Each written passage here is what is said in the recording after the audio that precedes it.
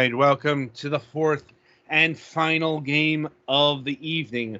Up this time is The King's Dilemma Chronicles. The King's Dilemma Chronicles is a single-player, narrative-driven political RPG, apparently based off of a board game called The King's Dilemma. I have never played nor even really heard of the King's Dilemma board game before I encountered this. So I can't do any comparisons there. Like, Galix, have you ever heard of the King's Dilemma board game?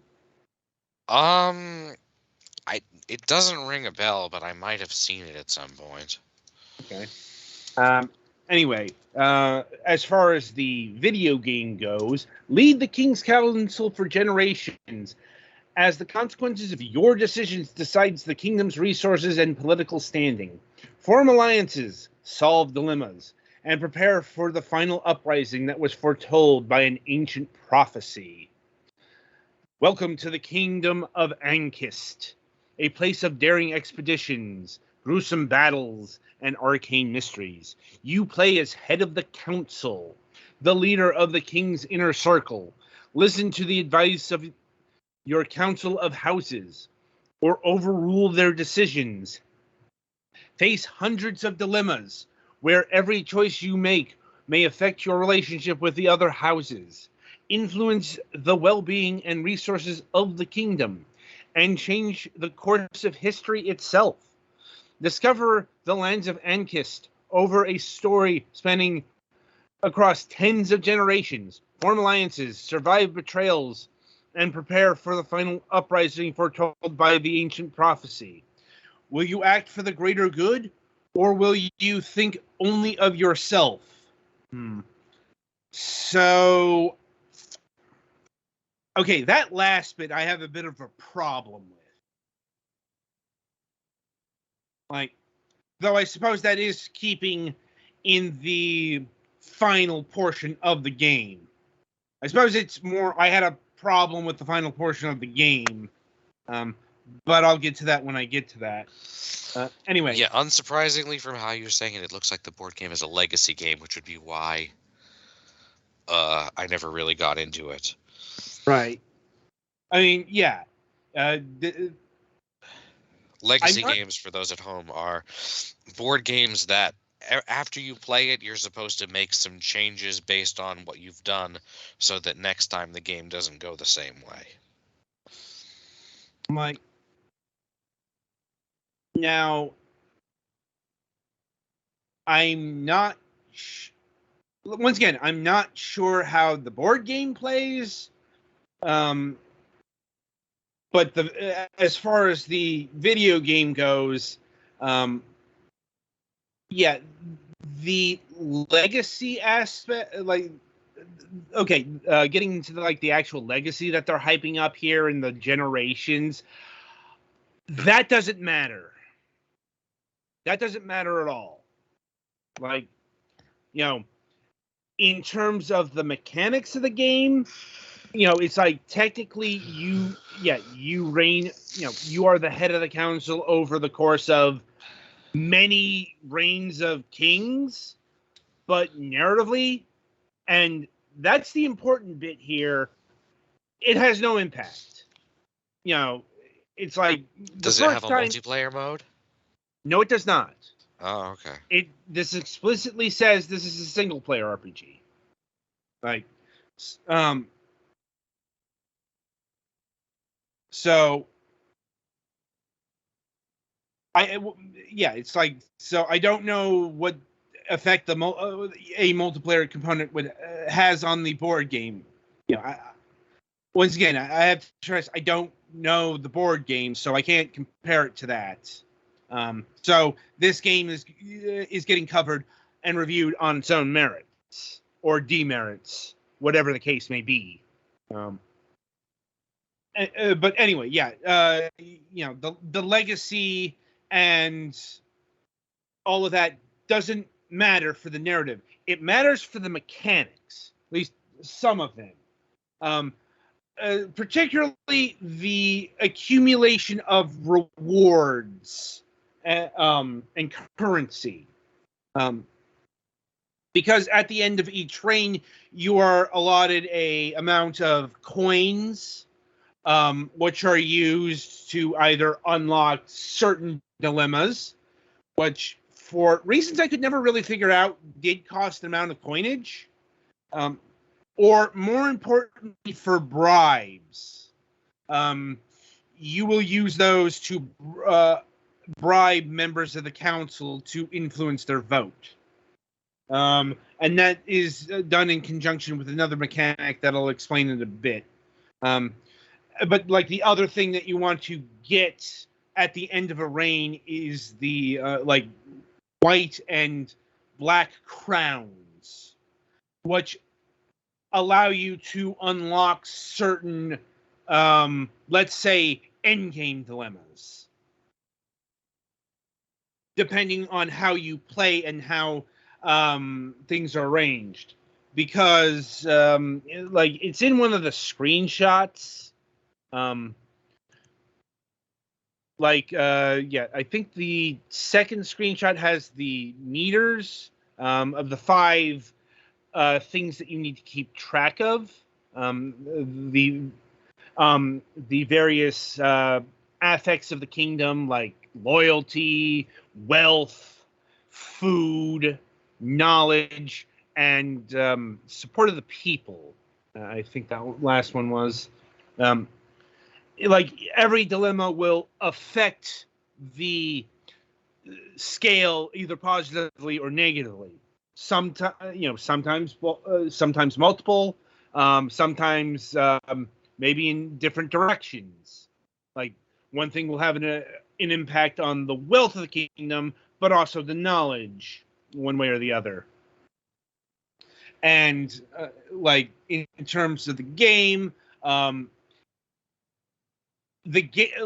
your session will end if if one of those resources hits either peak, the king will abdicate. But junctioned to the background colors, light or dark, is the amount of crowns you will get, depending on how you play. Like there is the rebel alignment, which you want to aim for the margins. There's the opportunist, where you want to have the resources in the lower. If you're going for the light, if you're going for the dark, you want to have it in the upper. That kind of thing.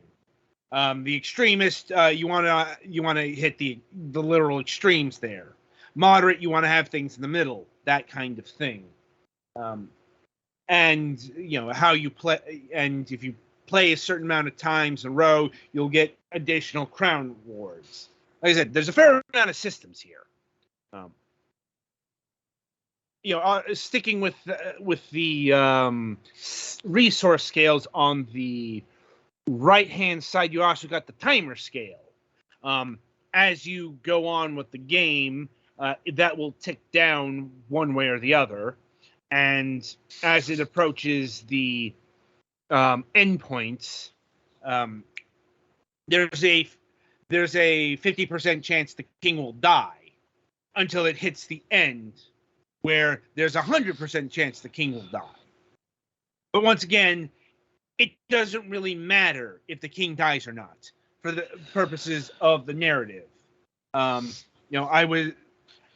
at first thought that mattered, so I was concerned about it, but it turns out no, because it's still talking about like the Crimson King and all that. It's like, for the purposes of the story, it's one king, one council, that the whole deal. It's a bit of a segmentation between the gameplay and the narrative that I actually didn't really care for. But I suppose it had to be done in order to do the game like they did. Now, in terms of the dilemmas and narrative impact, that is the case.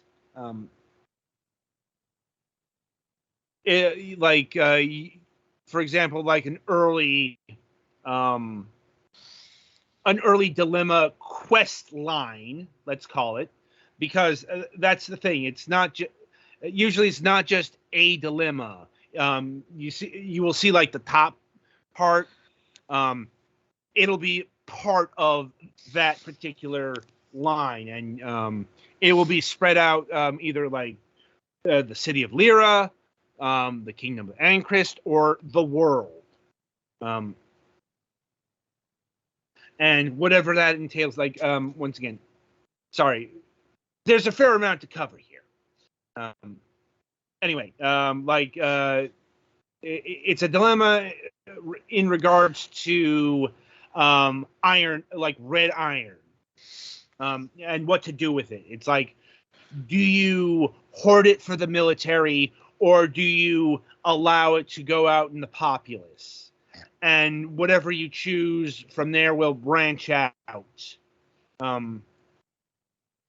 into multiple stories. Though it is worth noting, there isn't any sort of cross-pollination.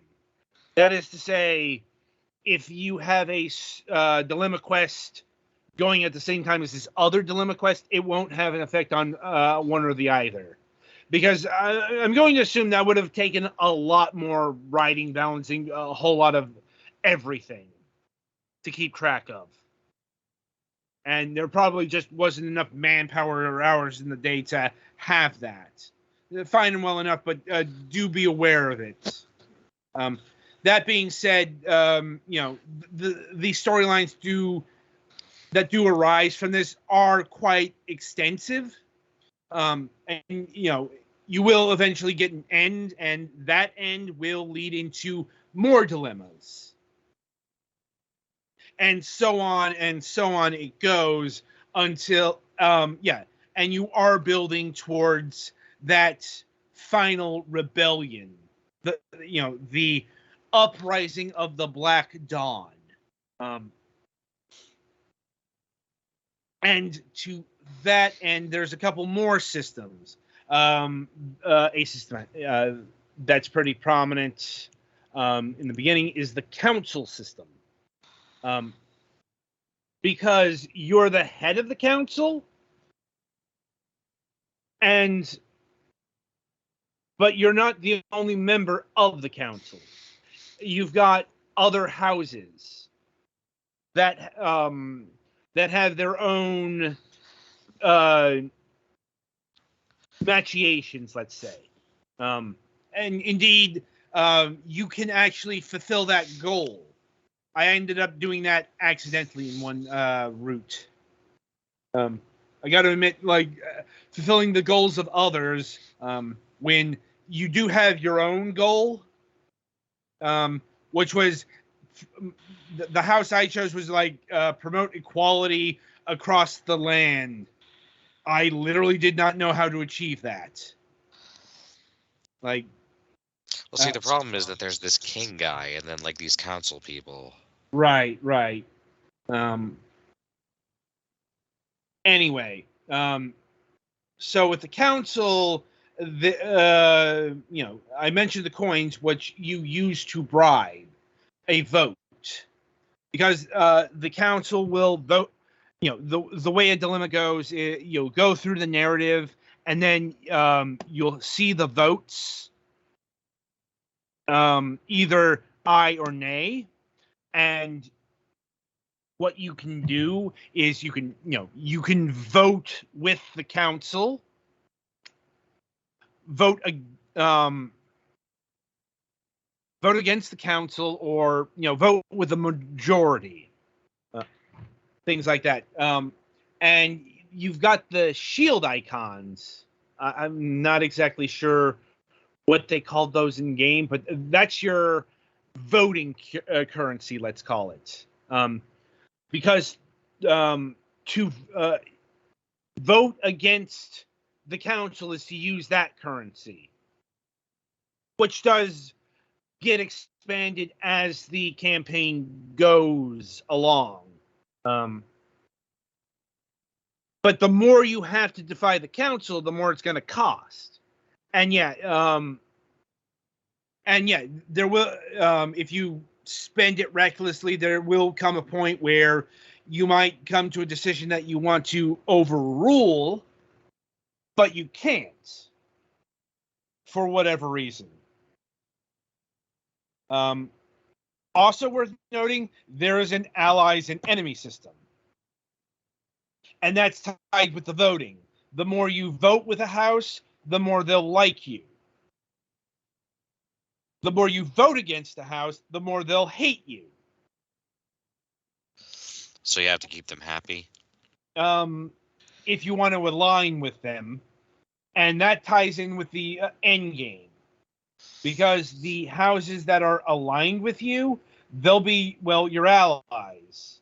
Because, surprise, some of the houses will turn traitor. I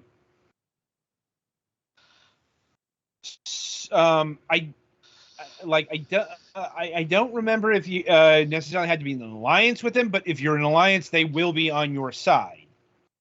It's just like, okay, if you're the ally, you have 4 hearts, and each heart is broken by a vote against them. And it works exactly the opposite with the enemy system. Like if you make an enemy out of a house, 4 lightning bolts, vote with them, the lightning bolts dissipate. And in order to make an alliance, you need 10 coins. Also, to see the narrative goal, you need 10 coins, at least ostensibly. The more they like you, the lower the cost. Like I said, this is a role-playing game, so there's quite a lot of systems. But the grand overarching system is the Tidings of 6 Dawns or something like that, where you'll see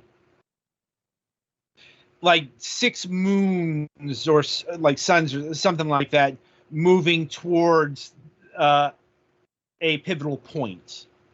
And also on that board, you will be given either like if you complete a dilemma quest line, you'll be given a certain amount of light or dark sword points. The game did not explain what these were at first. I had to get to the end game. They're the loyalist and traitor points. And getting to the end game, the focus of that shifts in from going to the narrative to making sure you have more points than the side you are up against. Because you can choose to be either one of the loyalists or one of the traitors, or I guess leading. And you want to make sure you have more points than the opposing side. Or at least, if you're going for the good ending. So I do have to mention this. I don't know if this was an oversight, but the biggest mechanical flaw of the game is the autosave does not kick in until after you end the scenario. It doesn't end like right after the ending text comes into place. Here's why this is a problem. Because I was able to exit out of the campaign to the last point autosave, which was before the scenario began. So I was able to know whether or not a scenario was going to give me was going to be a win for my side or the enemy side. That's not a particularly good combo. No, it's an exploit.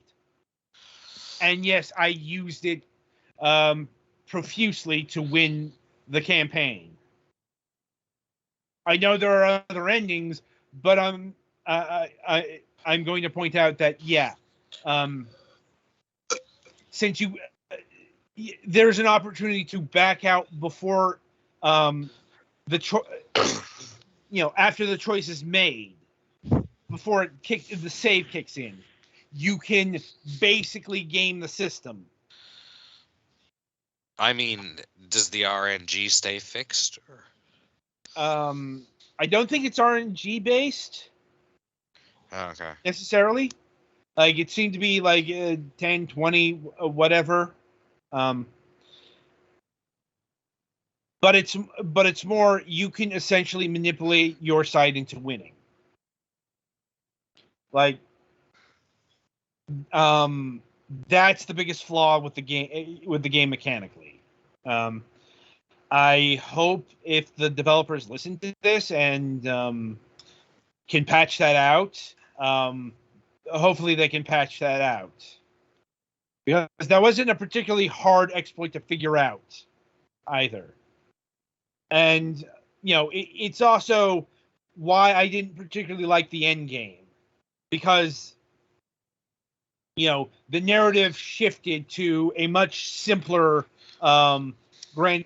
event status versus what was going on with all of the events in peacetime, let's call them, which even if you got a bad outcome, was still an interesting twist to the proceedings, if nothing else, narratively speaking. I could not really say that about what was going on with the Black Dawn Rebellion. Unfortunately, that's what the game is building up to, so you really couldn't nix that. But yeah, the end game was definitely my least favorite part of the game. Like, in terms of graphics, there isn't a lot of it. Like, prepare to read a lot. And if that puts you off, well, I don't know, go play a game of pinball or something. In terms of the music, it was nice. Not too memorable, but it was nice. Overall, a fairly solid game, just kind of marred by some a design oversight that hopefully can be fixed. It's like, if that's able to be fixed, I'd say this would be an exceptionally solid game. And it's priced at $15, $14.99. Yeah, that's about what I'd say. Now, it says the campaign here lasts 3 to 4 hours. I'm guessing that's the mean, because my play session was like 7 hours. Maybe that's just the way I was playing, but it can last basically double the length of what they said here. Still pretty short for an RPG, but this is meant for like multiple playthroughs.